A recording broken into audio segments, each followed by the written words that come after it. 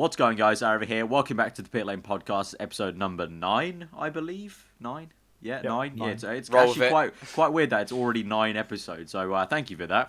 Thank you for your continued support.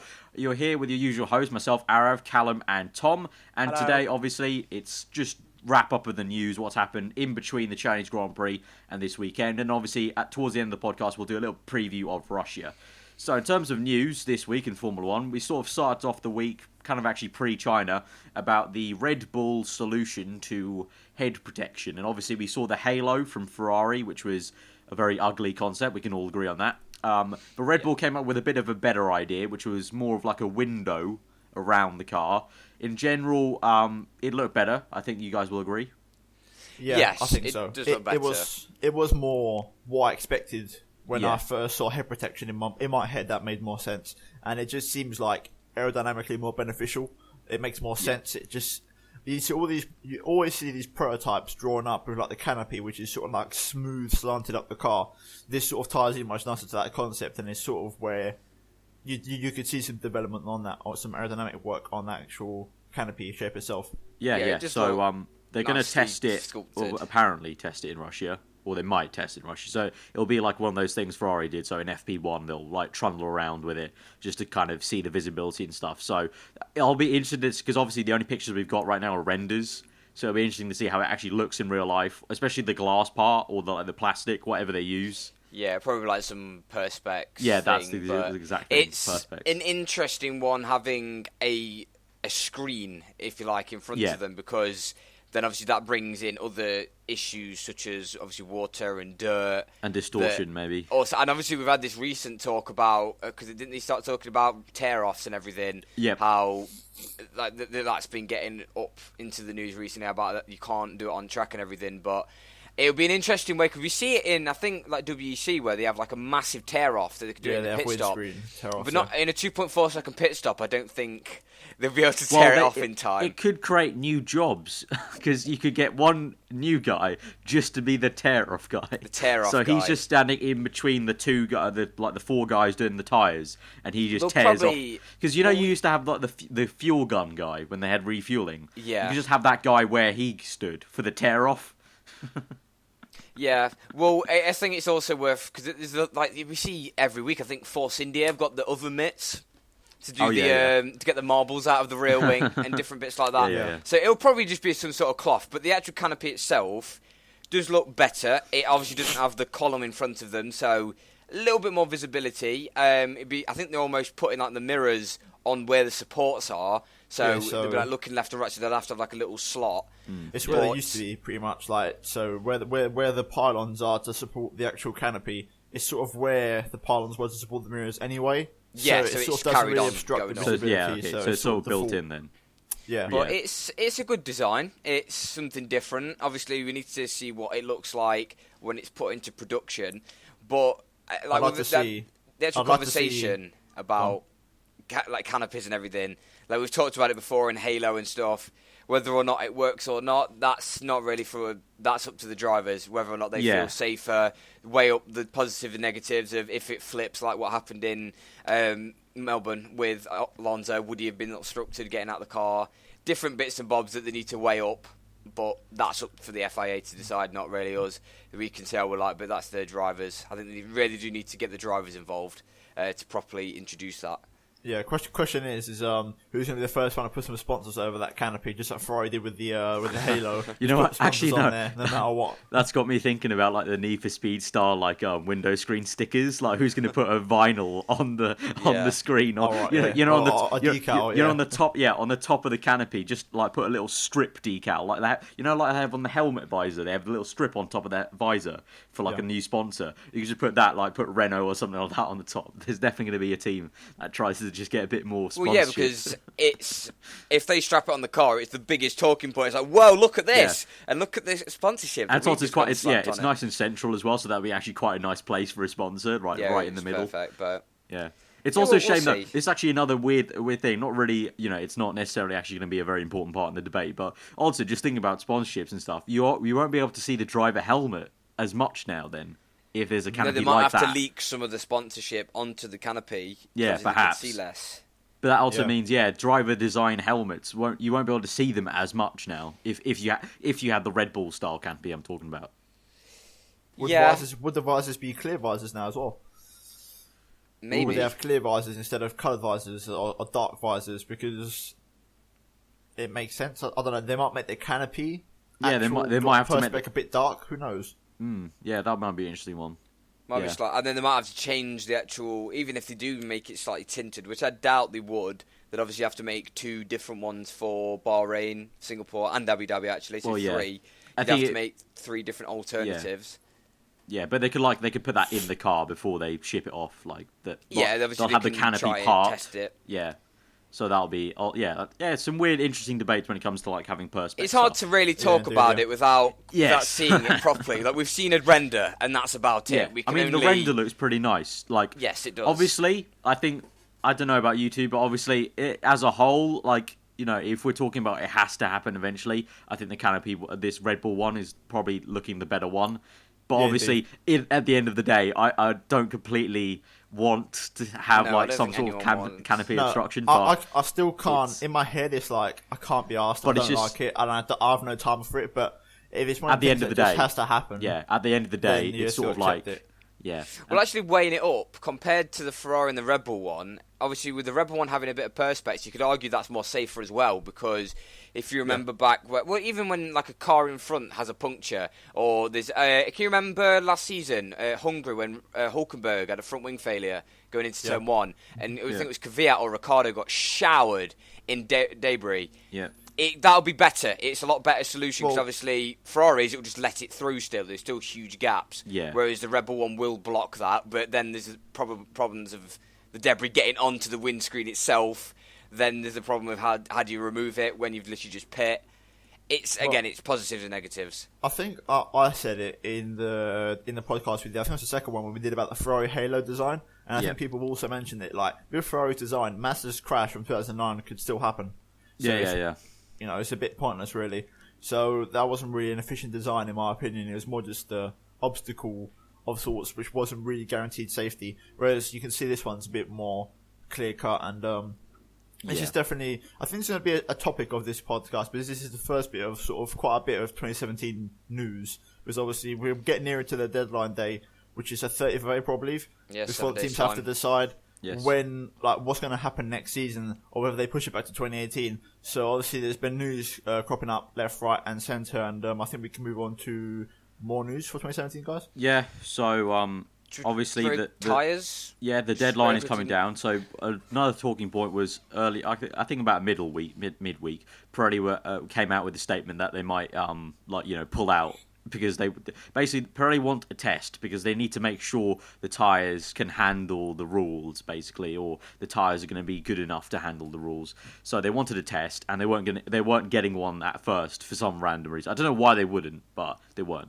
So they basically they were like, "Oh, we're just going to pull out midweek," and that was a bit weird. And then that's good for the sport. Yeah, for the sport. So that was there for like a few hours, and then I feel like after a few hours, literally the story then came out. They are going to get a test. So that sort of came and went very fast. But okay, it's good that they're going to get a test. And there was one tongue twister that was reported on Motorsport News. So this is how the tyre test is going to go. Now, stay with me, right? So they're going to get to test the 2017 tyres on a 2014 car with 2015 size tyres. Yeah. It's basically... Yeah. Obviously, Tom's face said it all. The difference, because if you don't know, obviously the 2017 rules, they're changing the size of the tyres to have a bigger contact patch, more grip, faster lap times. Woo! That's all good and everything. Wider and everything. Yeah. And they also have to. And they also have to also test if they can the structural integrity has to be able to hold the in quotation marks the downforce that these cars are apparently going to get. We don't know if any of this. At the end of the day, they don't want a repeat of 2013. They were in huge jeopardy when the Silverstone. Well, yeah, I was at that Grand Prix. That was a madness. That was a madness. Hamilton, Verne, Massa. And I think there was one other person, Perez, all tyres blowing up. I remember that race so vividly because it was absolutely massive for the sport. And something that's critical because obviously it was a good 7-8 years since the last huge tyre issue, really. But they're basically just going to... It's a bit weird because obviously there's the 2017 tyres and the specification of how wide they're going to be. But then they're also going to test the 2017 compound at 2016 size and 2015 because they had the same sizes and they've been the same size for quite a while now. But it's weird how it's weird how they're actually planning the test because I think it's 25 car days of testing, which is a lot of testing. But it's a little bit of a tongue twister, as I've pointed out. But we won't see, because they said 2013 and 2014 cars, but I doubt it'll be 2013 probably. car. 2014, there's the same torque that the engines have got. It's same downforce, just obviously it's been improved a little bit. But it's a little bit strange how they would... would they actually test them at the 2017 size as well? No, or I don't just doing 2016? I think it might be a thing with the rules. They're maybe not allowed to. I think, put it this way, if you're Pirelli and you can make a 2016 tyre go faster and still not explode and work fine, then by default you already know that's going to be perfectly fine for a wider tyre for a 2017 spec and one. I think so, go on. I think it's part of the rules as well because when they did the 2017 tyre demo they did at Monaco with Brundle, because I think because it wasn't anyone's car, it was like a GP2 car. I think they're allowed to do it. I don't think they're allowed to, by the rules, to put a wide tyre on an actual F1 car. Maybe. Right now. But surely that defeats the whole point of testing it. Surely they need to test how wide Tom just said. It's like Tom just said, if they know it will go faster and work now, having a wider tyre will only improve that, sort of. Yep. Even the integrity part, it improves it if it's wider. Well, I'd like that, because some people say, no, they don't need testing. They do need testing, because we don't... Yeah, they definitely do. They definitely do. Repeat of anything that's happened in the past. Tyres are obviously one of the most critical part almost of Formula One. No tyres, you can't go anywhere. So they need to be perfect. And I think Pirelli have done quite a good job recently, actually. To say that they were brought into sport in 2011 as make bad tyres, but make them quick, but really crap. And then they tried different things. 2012 they were a bit too durable. 2013 they were way too... They just blow up in your face. I think they're actually probably got a nice balance now, but the fact that they had to threaten to actually hurry the FIA up... It just shows you how it works. That's what's needed, though. That's what's needed. It's like when we saw the teams stop the qualifying and all come together. It's getting to that point now where if no one sort of takes the ball by the horns, then it's just not going to happen. Everyone's very slow with their decision making. Everything's like... we'll go back to this next week or next Thursday. Yeah, and it's like putting off your homework. People need to it's like doing.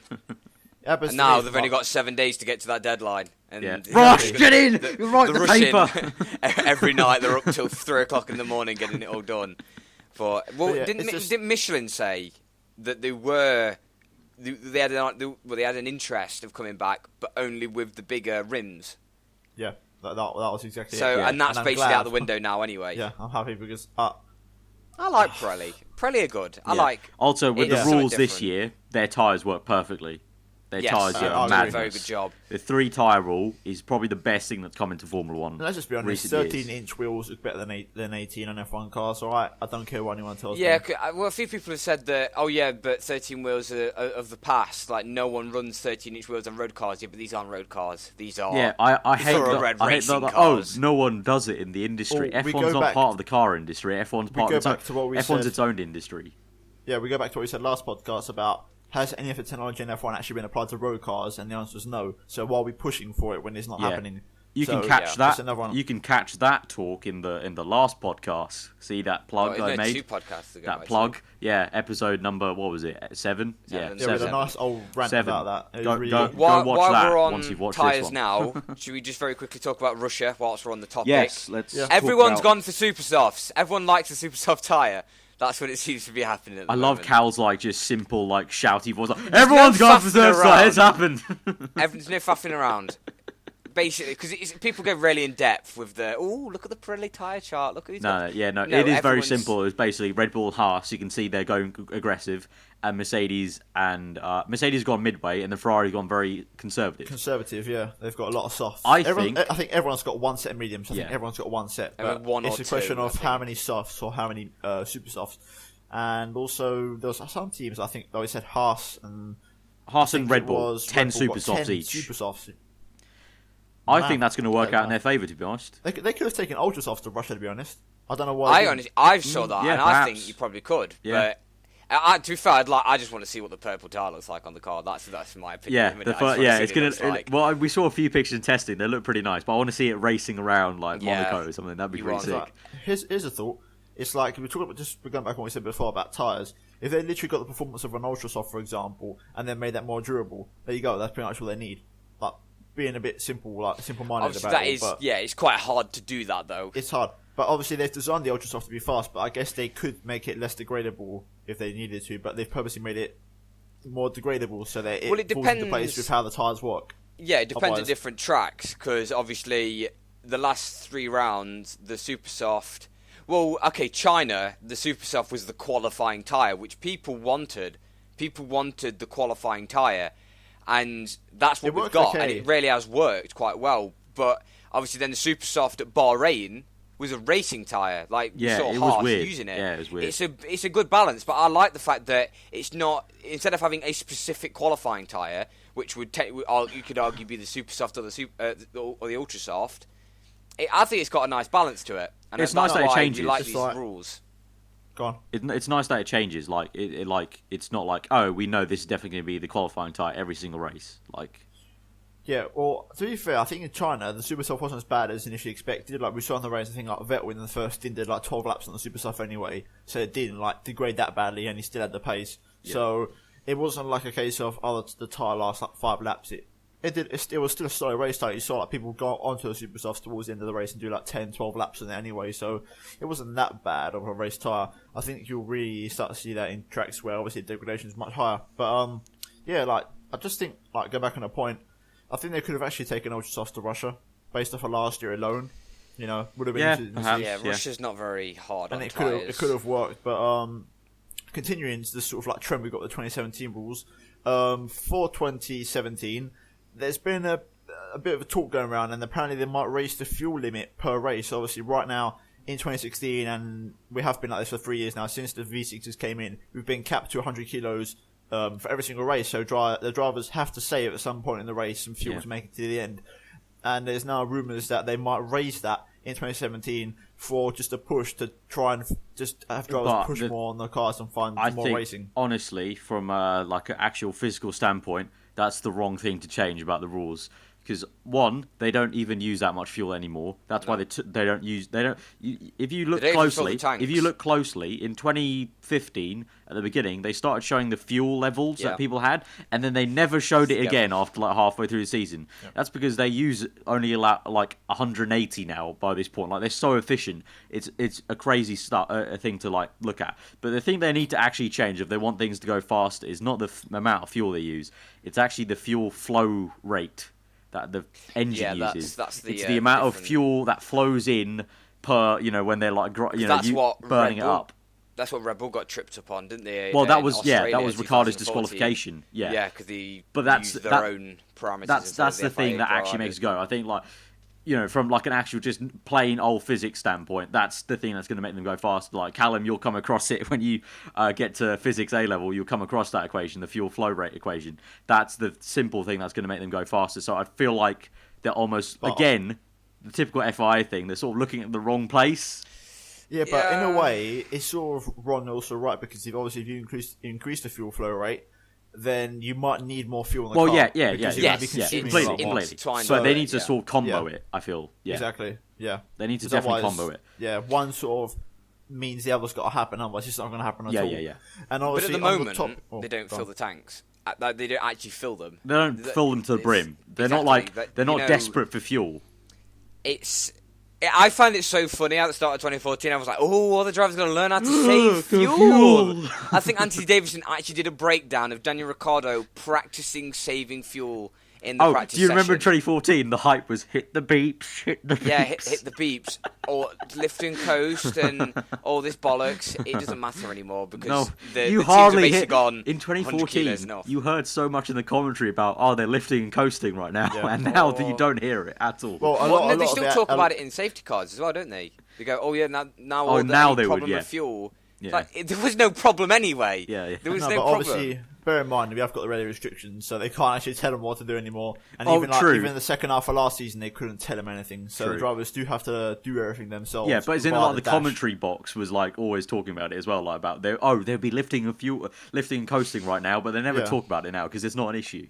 Well, maybe because it never gets brought up because the team radios are not allowed anymore. So people, I think, just don't really remember that. To be honest, well, actually, on the topic of team radio, Martin Brundle said this during the Chinese Grand Prix. It's actually quite quiet now, and I don't like it. Yeah, the fact that we don't actually get the whole point of a team radio is to get an insight of what's happening. There's actually and we periods saw that when they brought of that in silence. GP2. There's just periods of silence during commentary where Crofty and Brundle can't say anything. Like there's nothing to talk about, and there's literally just he makes that move stick and yeah. Moving on. It's they're weird, but obviously they brought it in for GP2, didn't they?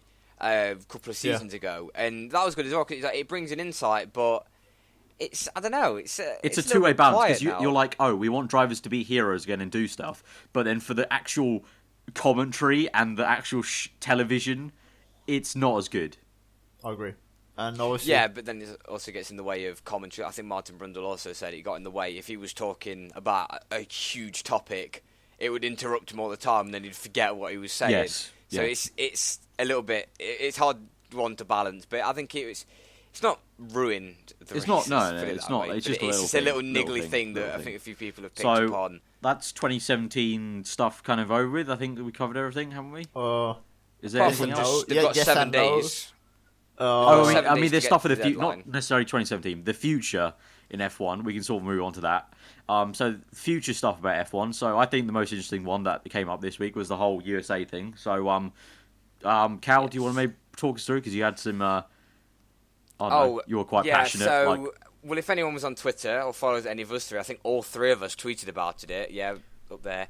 For some reason, Bernie Ecclestone wants 5 Grand Prix in the US. Now, that means that will raise the limit to 25 races, and that's a bit mad. That's right. Okay, some people might argue what's wrong with having so many races. Like I know the NASCAR and IndyCar series is quite long as well. The problem is they're restricted on engines. They're only allowed 4 engines, and pit crew. And they're struggling. 5. I swear it's 4 now. It was 4 at start. It was the 4 at start last season, but when McLaren and Honda get rid of an engine per race, 5. Also pit crew. Yeah, and the pit crew as well. It's quite strenuous on the pit crew. They have got lives. They have got families to go to and everything. But the problem that I see is if they've got 5, they're going to make that last. The fact that they want to lower it to 3 engines per season, power units, because they want, obviously the MGUK, the MGUH, the actual combustion engine, the electronics, everything intertwined with that, and the battery store, they're not going to be able to make 3 of them last 25 races. Yeah, 3. 3. Even was it 21 races this season? Even 21. Like 25 aside, whatever that ridiculous amount of races is. This but if you go off the 21 first races, that's 7 races per engine, and that's if your engine breaks down, you're like fucked. McLaren's, your season's over. What about Vettel? You're going to have grid penalties like 7 races in a row. You're screwed. Vettel had an engine failure in Bahrain. You've also got Alonso who had an engine problem. Already, yeah. They couldn't. I think they could salvage bits of the engine from his crash at Australia. If you're in either of them two shoes, even Lewis now, them 2 or 3, are literally sitting there going, "Wow, we've got literally 23 races to go, and we've only got 2 of these parts to save." Like they're talking about running and how much running they want in qualifying practice. They're just literally going to be sitting in the garage waiting for the perfect time to then just put in 4 laps. Right, okay, that's the practice done for today. Obviously, I'm going to stop this here. I want to credit Aarava's book. We had a good old talk about this engine discussion and a bit of a rant about these V6s in the previous podcast. In the description down below. It's a bit of a touchy subject. We've talked about this, how the whole engine costs are sort of affecting F1 indirectly now. And it's becoming too much of a problem because we're 3 years into the current V6 era and there's still some more debate about the engines are too expensive, and it's sort of having a bit of an effect now on like running new teams coming in and just engine producers outside of the blatant manufacturers, and having like people like Cosworth, for example, develop engines. So we had a good old chat about that, and I think that's the sort of podcast that if people want to listen to that, then I'll basically put a link to the podcast playlist so you can just look through that. You know, if you're bored on the weekend, if you want, have a nice. If you're Sunday. bored on the weekend, you know, just yeah. So okay, I think that's now all the future stuff for F1. Well, do you want to very quickly touch about Haas? Well, I was going to say I was going to talk about Ferrari on the topic of engines. Ferrari apparently are considering a bold engine update, even for the Russian Grand Prix. Now, obviously, there was a rumour going out at the start of the season that Ferrari were down on power. They couldn't get the full potential out of their turbo, and they apparently had an upgrade plan for about Spain time for the fifth race of the season. But it's got to the point where Ferrari is sort of getting a bit desperate for a result, because obviously they've had issues every single race. It's either one car has a problem or the other car has a problem, and they can't really get both cars to the line just cleanly. So they're sort of getting a bit desperate for performance, because you can definitely see that Ferrari this year are much closer, and they just sort of need to get both cars to the line in order to challenge Mercedes. And in a bid to try and improve the current situation, they've decided, I think, to bring the engine upgrade forward to Russia, apparently. So that'll be their first tokens of the season, which would be quite interesting to see how that obviously has an effect on the rest of the season. So, that's to look out for other teams as well, because I think Rosberg said that there isn't that much of a difference. He knows deep down that although Rosberg's had an absolutely amazing start to the season, he knows deep down that Hamilton's going to bounce back, and he also knows that the Ferraris aren't that far behind him with upgrades. Faster, they're coming with a long season. Always going to have development. They are going to be right there, but and Red Bull as well. And Red Bull, which is also getting very we're hearing rumours that we're really liking Renault's Red Bull. They throw back to 2014. Renault's upgrades come in for Canada, and I saw an article today saying that Red Bull could, theoretically be actually a third spanner in the works if the engine upgrade from the manufacturer that they didn't want to be with for this season actually pays off dividends, because it seems like all round so far the engine has been okay, been pretty good for them. Like it's been very good. It hasn't shown much lag down the straights. Look at the speed traps at China. Yeah, it wasn't that bad. Whatever Tech are doing to the engine, it wasn't that bad. It's working, because if you look at Red Bull compared to Renault, albeit I know Red Bull have a far superior chassis and car, and just aerodynamically overall was much more efficient and works better. In terms of just straight line speed and engine power, they're smoking Renault. Red Bull are I don't know what they've done, but they've really made a really smart decision. Like you said with the chassis thing, I think it's odds apart and parcel with. After 2 years now of having the V6 engines and the crappy Renault engine, I think they've finally sort of found a sweet spot for the balance between downforce and drag and low drag that they want. Now. Because in 2014, that was a huge issue. Like they had too much downforce from 2013 from their designs of the front wing, and I think they've now found the sweet spot between having good downforce in Sector 2 in China and having that good low drag set up for the back obviously, I think going into 2014, Red Bull still had in the minds that 2013 before, they literally strapped on as much downforce as possible, and ran away. Pole and bolt. Yeah. Obviously, you can't do that now, and they're probably... I'm guessing that's their aim. That's probably their aim to try and come back into that sort of fight, but I think they've had to take the throttle off the downforce department and just think, okay, maybe we'll just cut a little bit of drag here and just... maybe push ourselves along the straights a little bit more, but it's going to be a fun outcome. I'm looking forward to see how it's going to play out between Mercedes, if they can stretch the gap, because obviously Mercedes now are under massive pressure to just keep that top spot, and every season it seems that everyone's getting a little bit closer. Well, you can especially with Ferrari and obviously Red Bull now coming up the ranks as well. You can see a pattern emerging here. I feel like Mercedes really are getting to the peak of the development stage. Like you can see, unless they do something really very extreme, like what they did with their what do you call it, the barge board sort of thing with the serrated sort of shape with all of it having been cut into 8 different slots. Yeah, the very unique design. It's that sort of extreme that they've only got left in development, because if we look at Ferrari, they've gone for a brand new approach. We've spoken about this before in the podcast. Ferrari have gone for a brand new approach on the car, and they've got a plan, they've got a timeline of things of how they want to develop the car. And now Red Bull, you can see their car has pretty much peaked in terms of development. However, their engine hasn't. So Ferrari and Red Bull still have gains to make, whereas Mercedes is sort of just... They've hit that. They've hit that. Getting there now. They've just hit that natural. I can't remember that. I can't remember the saying. It's like the law of diminishing returns, I think, in economics. They've sort of hit that. there's only so much you can, like, when you're in doing like economic stuff, like with supply and demand and stuff, there's a point where you keep chucking money at your company and you can't get the same amount of returns you did at the start. It's sort of the same thing here with Mercedes. Isn't it sort of like a graph that goes like this, and then it sort of stabilizes, and then you've got to do something. So it's a graph you see in like when you talk about companies doing business and stuff. Like, it will start off at a peak, and then it will trough down, and it will come nice and equal, and there'll be a steady amount of, okay, you put this much in, you'll get this much back. But at the start, it starts off quite high, like you put in a little amount of money, and a lot happens. But then as you go on, it then goes back up to, you put in so much money, you're getting so little back. So it's sort of like that for Mercedes, where they've reached that point where they're the pinnacle to the point where they're just like, basically, it's like you're squishing fruits and you're trying to get juice out. And it's like you're trying your hardest to try and squeeze a little bit more performance out of it. So it's very much like that. Obviously, like, linking back to 2017, this is why certain teams do want the 2017 rule changes and some don't. And you can think, maybe Mercedes, it's kind of hard to think, like, sitting back and thinking in Mercedes' point of view.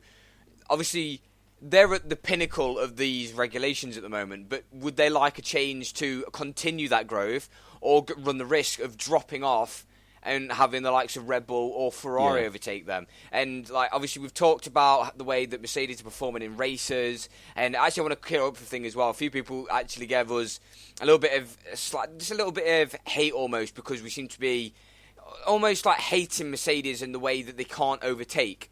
And I think, because I've said this a lot recently, obviously we did take into account the fact that Hamilton did have a huge amount of damage on the under tray of his car, obviously because the front wing got stuck under. Obviously that's going to play a huge part, but we do seem to see a pattern where the Mercedes is struggling to get past there are the sort of cars. Facts and patterns behind our statements that all obviously we've seen the same as all season from when they were dominating. From last season, the car's just so hard to follow and do it. Yeah, it's like when we saw Red Bull when they were dominating and they dropped through the field very rarely. They kept on complaining about overheating. The seventh gear was too short. So every see that in 2014 when Mercedes had like brake issues. It's like when they were stuck in traffic and everything. And I think it was 2013 Hungary when it was Vettel versus Hamilton, and Vettel was constantly struggling to get past the Lotus because of it was way too hot. The car was always overheating. We are always going to see this with top tier cars, which again brings me back to the point of do Mercedes want to have a brand new set of rules to go chase after and excel more, or do they want to run the risk of taking the foot off the pedal and being overtaken, which I think from the fans' point of view, about this we'd probably like to see it. We've spoken about this before, we come to an agreement. We don't think the cars need to go faster. We just need the area to be modified to a way where the racing is the easier. pack could just close up. Exactly. So, and this links back to that sort of thing of there's an article on motorsport.com about F1 isn't in a crisis at the moment. It really isn't.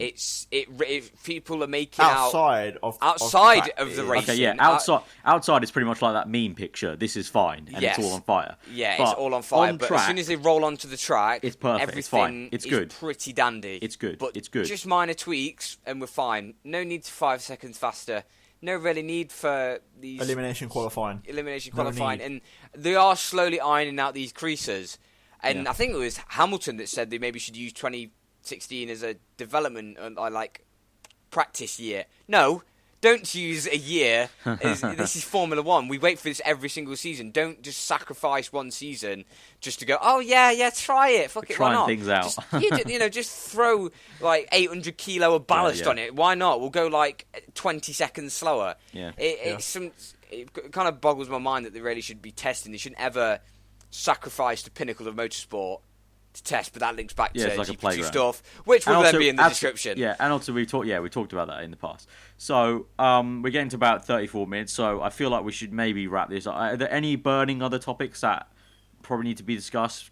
Well, we can maybe leave to another podcast in the future. Quickly gloss over, because I felt we can talk about it, the 2017 rules, obviously a deadline is this time next week, so this will be the last podcast, and supposedly when we come back to you next Sunday after the Russian Grand Prix, then the 2017 rules in principle would have been agreed. So obviously Red Bull, Christian Horner, Helmut Marko were talking about how the 2017 rules need to happen. Whereas Toto Wolff, on the other hand, disagrees and thinks that the cars right now are actually okay. The F1 is in a good place right now. So it's happening. Like, you can see there's a bit of a. But if you asked this question about a year ago, you would have said that 2017 rules definitely need to happen. Whereas now, even though the racing is still tricky in a way, because obviously the aero makes it hard to race, you could see that there's sort of a shift in mentality, because people are sort of now saying, oh, hang on a minute, do we really need to change and go faster if these cars are sort of breaking records? Well, and that's my opinion, and that's me saying that. I don't really think we need to go faster. Like I said, same with aero, we just need to find a way to adapt it to make the racing better, not to necessarily go faster, because the tyres being wider alone will make the cars go faster. Like, maybe whack on a big diffuser and work on some ground effect, which is what we always say. But it's definitely a very open debate now, and it's definitely 50-50, I'd say. Well, this links back to minor tweaks and everything. They added one more compound of tyre. Look what it's gone and done. Boom. One more bitches. compound. Boom, bitches. Look what it's done to the race. Look what China... I'm not being funny with it, but China... China is a wank overtakes circuit. at China. It is a Who wank overtakes circuit. at China? It is a wank circuit, and we saw a great Grand Prix. That is a testament to the tyres. It's like, I think every race so far this season you can see would have been a bit rubbish. Like, for example, Lewis Hamilton in Australia, when he got stuck behind Verstappen, for a while, and he struggled to get through the field. Same with China. Like Hamilton, when he's behind Massa, albeit a bit of damage, you could see he couldn't get past, because there's still an issue there with dirty air. But it's because of this like wild card of the third tyre, which has sort of helped and glossed over the issue for this season. But I still feel like dirty air is very much a big problem in Formula 1. Well, it's still an issue. I think it's in China. I felt like it was a little bit less for other cars. I think right now it's more of an issue for Mercedes, more so than anyone. Yeah.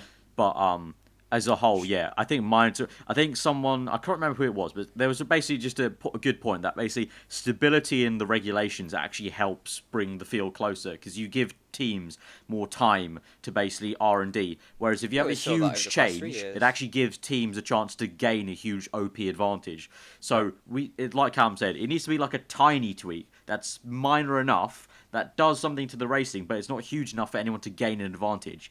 And something like making the rules so that the front wings are more simplified and like the downforce is made more underneath the car. That is something where I don't feel like teams could exploit too much. Because if you said, okay, on safety grounds, you can't do X amount underneath the car for downforce, because otherwise it's quite unsafe. A hard regulation to create.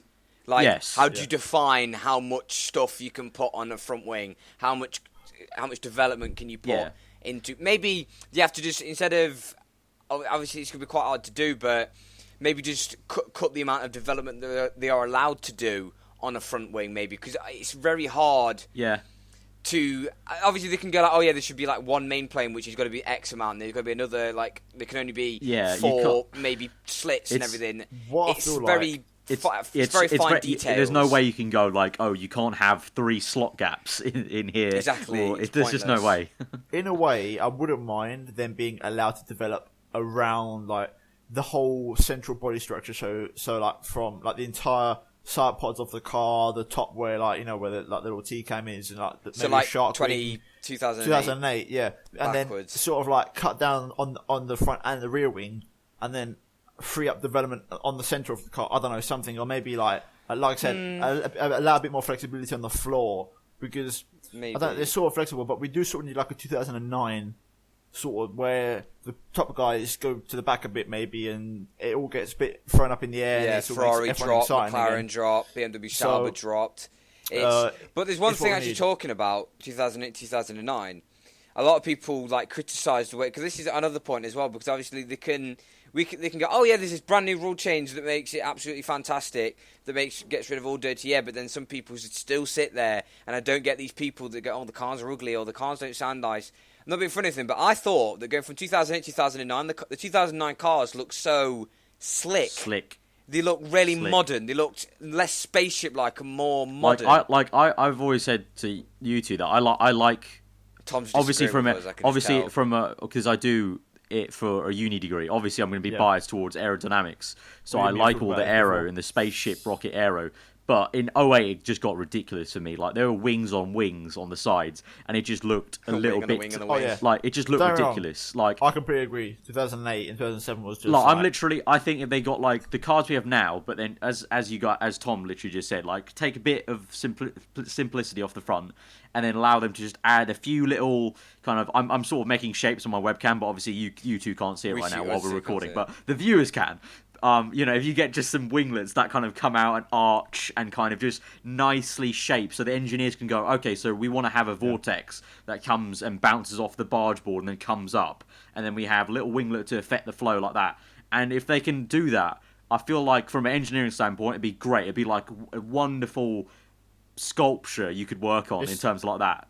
It's like, like but it wouldn't be that ugly. 2008, like you saw Ferrari and Mclaren from the T-cam, where the mirrors are, you can see these big wings like coming out from like the side of the nose, and then lower down where the number is, they sort of had like big wings that used to like sprout like that sort of thing. Yeah. So I don't know, like allow them to develop on those other areas of the car, and just restrict on both at the front and the rear wings. Even the rear wings getting a bit stupid now. So yeah, it needs to be a balancing act, I think. But it definitely needs to be a balancing act, because that's also on the counterpoint.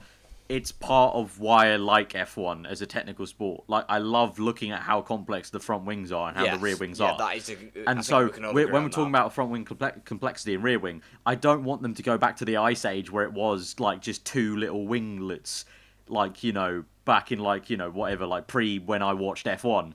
Because those look so simple now. It looks like, like a 3-year-old could design that now. It's just like line, like two lines and two side lines. To be honest, though, you might have to expect that. I mean, in a way, obviously those cars had a load more downforce, and if that's what we're going for in 2017 with like wider tyres and who knows, more floor development, so to speak, then obviously there's only going to be so much you can do because the driver's neck can only handle so many Gs. So there's going to have to be some cut-off, and it might be on the top of the car. Who knows, especially if you're pushing ground force. I mean, we're talking about underside. I mean, the ground force is definitely something that's not even come on the table for FIA. So, no, I just don't. We can talk about all we want, but personally, I don't think we'll ever come back because it's just too much for them to like work on. And I think on the safety ground as well, I think they're very, very scared about the safety grounds, which I get because it can be very dangerous if you get that wrong. If there's points where suddenly like your downforce is just gone. If your car just lifts up a bit too much and the air gets all disconnected, it could end up very bad. It's very bad. So we've ran off a little bit again for like 42 minutes, so I think we'll wrap it up there. There are a few other topics that we were going to discuss. We'll probably bring them on for the next podcast. Obviously, the next one is the Russian Grand Prix on Sunday, so I'll see you guys for episode number 10, which will be a bit crazy. But we'll bring up the other topics we did have in the next one, so episode number 11. I mean, so we could do a supplementary on I think it's a Saturday when the 2017 rules maybe in principle. Maybe agreed. I mean, obviously we're depending how big off the screen. Obviously, if you didn't know, me and Callum are very busy people right now in terms of uni and work and stuff like that. So we'll see if we have time. It's going to be hard, but we'll see. If you have enjoyed it, smash that like button. Let us know what you thought in the comments below, as always. If you're around here, then do subscribe to this channel for the podcast. These two of you have enjoyed them, talking about F1. Hope you guys have enjoyed it once again, and I keep on saying it every single time, but if you have watched all the way till the end, thank you very much. We do it for people like you who watch all the way, and just can't thank you guys enough for the support on the podcast. It's been absolutely great to see a little community form on the comment section, being great always. So yeah, we'll see you guys next time. I guess we'll all do the hands behind the head and relax. Asleep, yo. Cal's going to go to sleep. We'll see you guys next time. Goodbye.